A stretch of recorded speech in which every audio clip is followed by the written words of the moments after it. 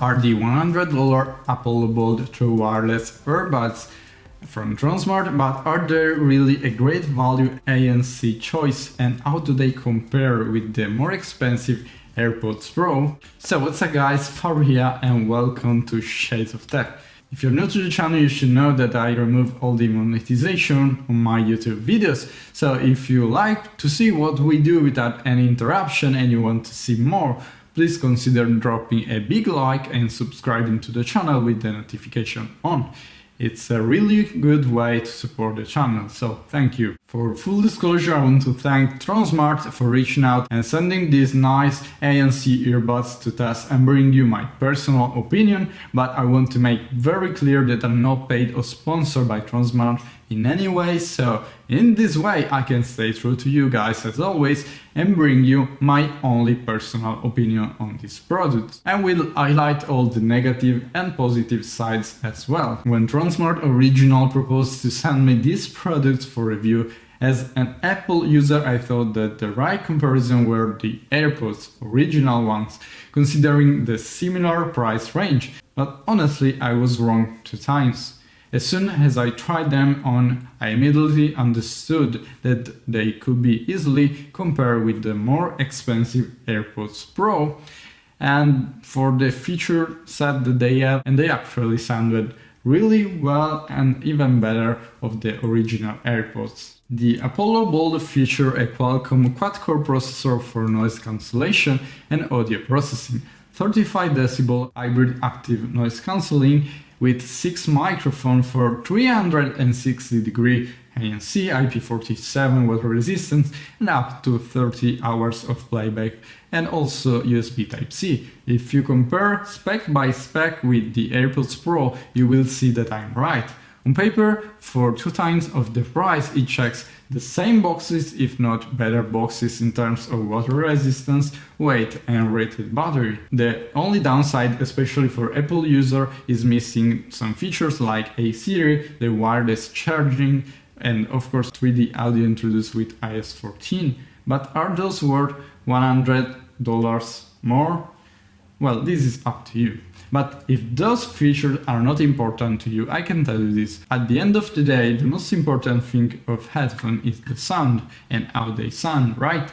And I know that it's often a personal taste, but from my 2 weeks of experience comparing them side by side, the Apollo Bold sounded definitely better than the AirPods Pro. Yes, the AirPods Pro. It was a slight difference, and I'm gonna explain better, but they sounded better.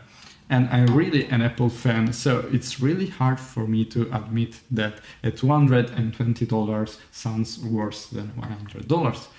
The mid sounds are almost identical, but at the higher frequencies you can see the Tronsmart starting to get some improvement. But where the Apollo Bold really shine is the bass.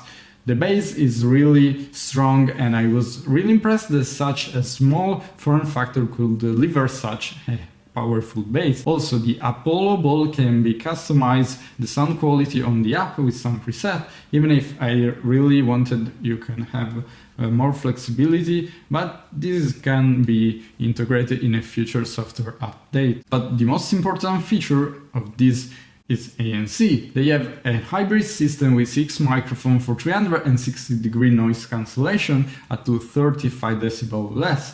And they have a Qualcomm flagship chip that delivers all this processing, and it's really good. Of course, the in-ear approach helps a lot, but all the processing makes a really good job as well.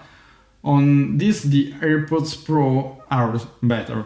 Slightly better, but better. You will hear with the Tronsmart a little bit more at the higher and lower frequencies, but with a constant sound they start to fall apart. You will hear sometimes a constant artificial sound, but to be honest, if I had a blind test between those two, I probably won't pick the right one and won't know which is which.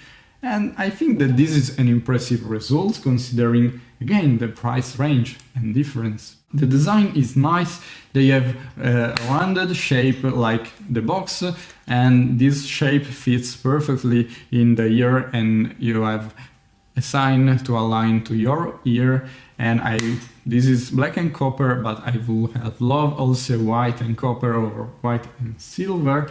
And they are plastic, of course, but they don't feel cheap at all. I personally don't like the rounded box because it's quite slippery, and I must admit that I dropped it sometimes, a few times, but they didn't scratch at all, so they are quite strong. Battery life is great, and it's rated for 10 hours at 50% volume for the buds and a total of 30 hours with the case, so basically 3 full charges. And I really struggle to end the battery.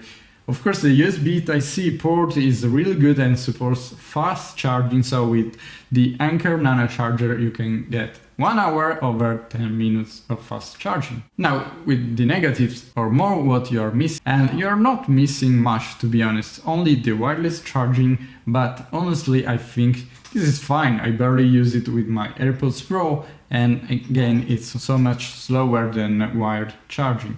The only negative I can find is this: being in-ear, tapping on the earbuds creates an annoying sound in your ear, and it's really loud, and unluckily to control the buds you have to rely really heavily on tapping multiple times, and it's really annoying. I can see why the AirPods Pro have this design and they choose a squishing approach to change all the modes. And you can mitigate this with the app on the Tronsmart app, and you can customize your most used commands, but I think this is a flaw. Also, I wasn't able to see on my iPhone the status battery of the case, only the status battery, the percentage of the buds, the single buds, and I think this can be fixed with a future update. So, in conclusion, I really think this is really a good product for the price range. Again, $100. If you could find them on sale on Amazon, it's definitely a great deal for you. So this wraps up for today. Let me know what you guys think about this product, if you prefer this one or the AirPods Pro. And be sure to like or dislike this video, comment and subscribe. And as always, stay tuned on Shades of Tech. Ciao!